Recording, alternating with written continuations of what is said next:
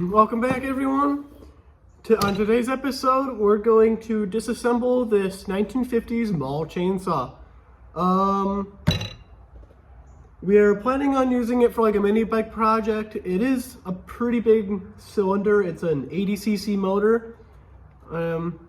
Just to let you guys know, I don't have the ability to really restore. Plus, it's really hard to find parts for this kind of stuff. I do have to get a new bearing for this crank in the motor, but we're going to disassemble it and take it for parts for a good mini bike project. If you have any other ideas what I can do with this, maybe pair it up to a little dirt bike tranny or anything like that, so we'll be able to use it more. But yeah, we're going to get to it. We're going to disassemble it. We're going to take off the 90-degree gearbox, the shifter linkage, the gas tank, and just really look at like this motor just as the motor itself without the gas tank or any of the other components. So let's get right to it and start disassembling, and I hope you enjoy this nice little video on how to disassemble a 1950s mall chainsaw.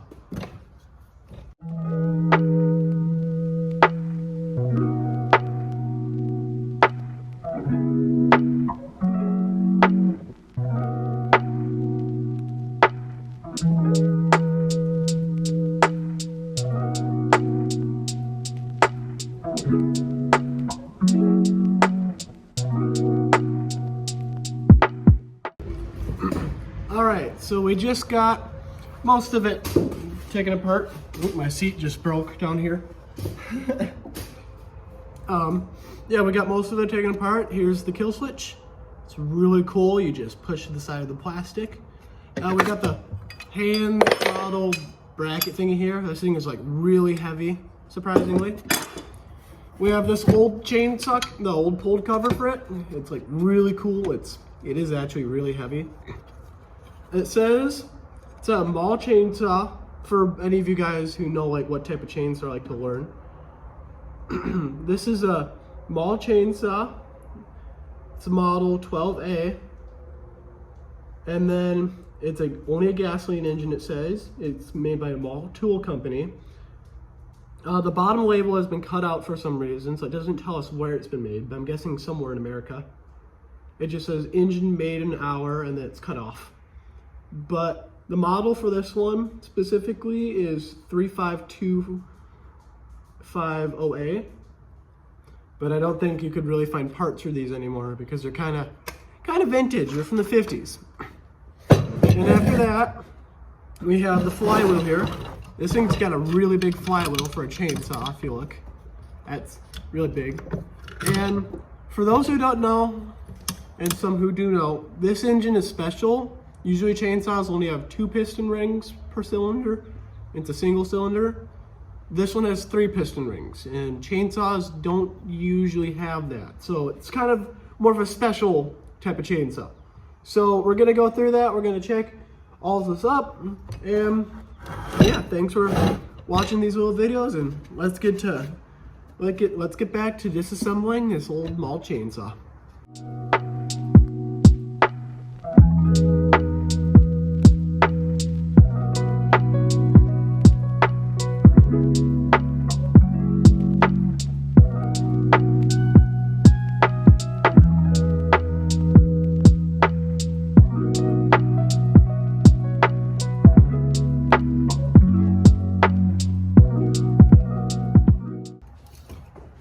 Alright, so I just grabbed out one of my old clutches here because I found out the clutch is built into the 90-degree gearbox, and I don't know if I want to tackle that at the moment. But I want to see if this 1-inch clutch here will fit on the end of this chainsaw clutch. And you're thinking, oh, it's just a small chainsaw clutch, you know, that's way too big. No, this thing's huge. This thing's literally like the size of this. It's like huge. I don't know why. I've never seen a chainsaw clutch that big. So we're gonna try to measure it. I've got my micrometer here. If you don't know what a micrometer is, it practically gives you precise measurements on what length of the object is. So like for example, I want to know how long this is in inches from side to side. Open up my micrometer, and we're gonna take it and we're gonna measure it and we're gonna clamp it to both sides until we find the true center. And then we're gonna tighten it and we'll lock it in. Oh, wait, that's loosening. Silly me.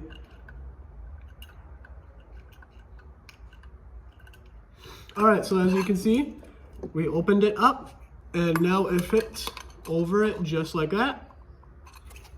So now we're going to measure. If the outside diameter is that much, then the inside diameter,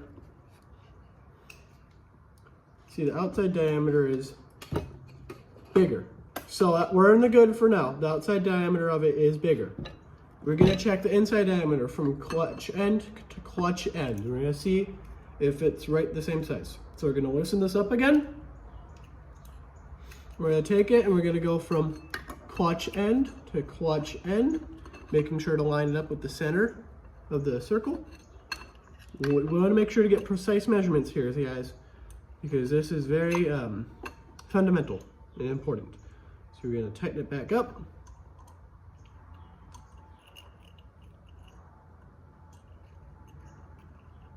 So for you guys who are all curious, the measurement is 4.4 inches.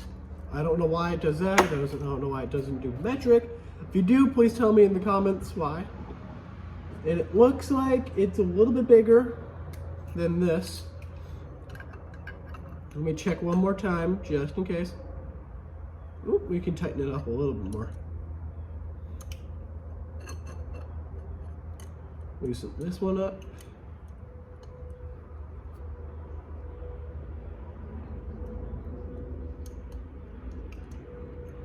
There we go. And I'll check this one quick.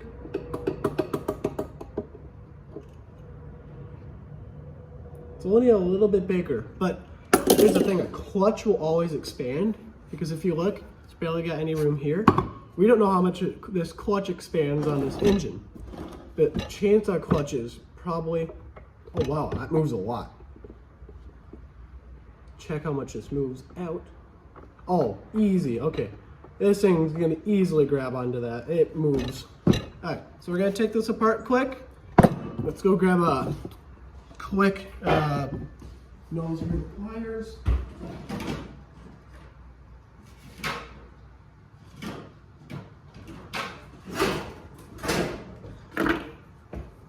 Alright, so these are specific pliers. They have two little tips on them and they're supposed to retract and pull these out. This one's kind of broken, but what are you gonna do? So we're gonna do is we're gonna take it and see these two holes here. We're gonna take the tips of this and we're gonna line it up into these holes. And boom, we pull and it comes off like that. That is the clutch. That is a heavy duty 1-inch clutch. These are like very expensive. Alright, so now we got the clutch housing off, which is good. Good thing we could get it off. My seat keeps coming apart.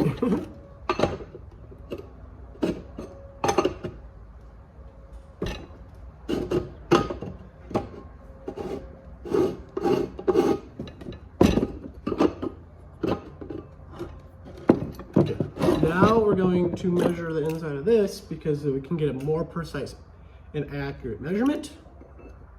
So we're going to put it in here.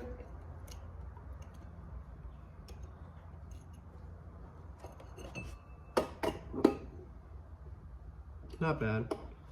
Okay.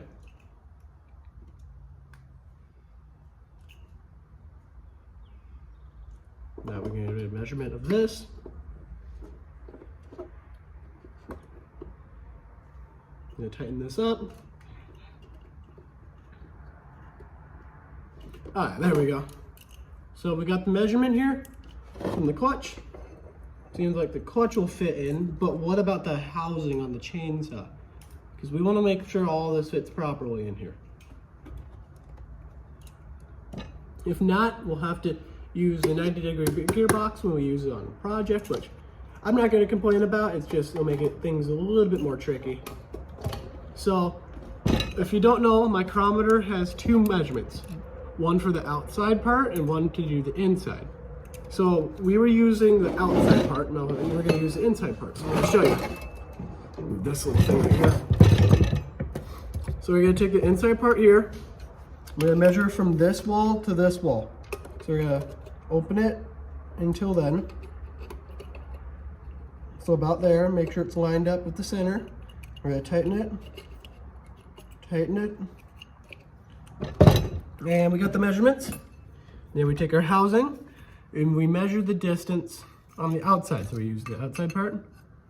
And it seems like the clutch will barely fit. So if we do a little bit of smoothing and grinding, we can make this clutch work.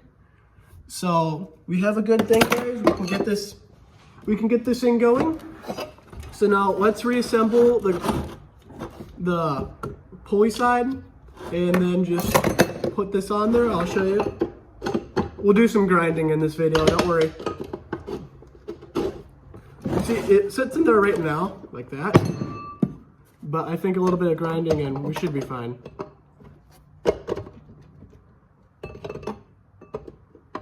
Yeah, a little bit of grinding and I think we should be good. But yeah, it looks a lot cooler to be able to work with like a cute little mini bike or something. So let's throw on this pulley cover and let's get done with it.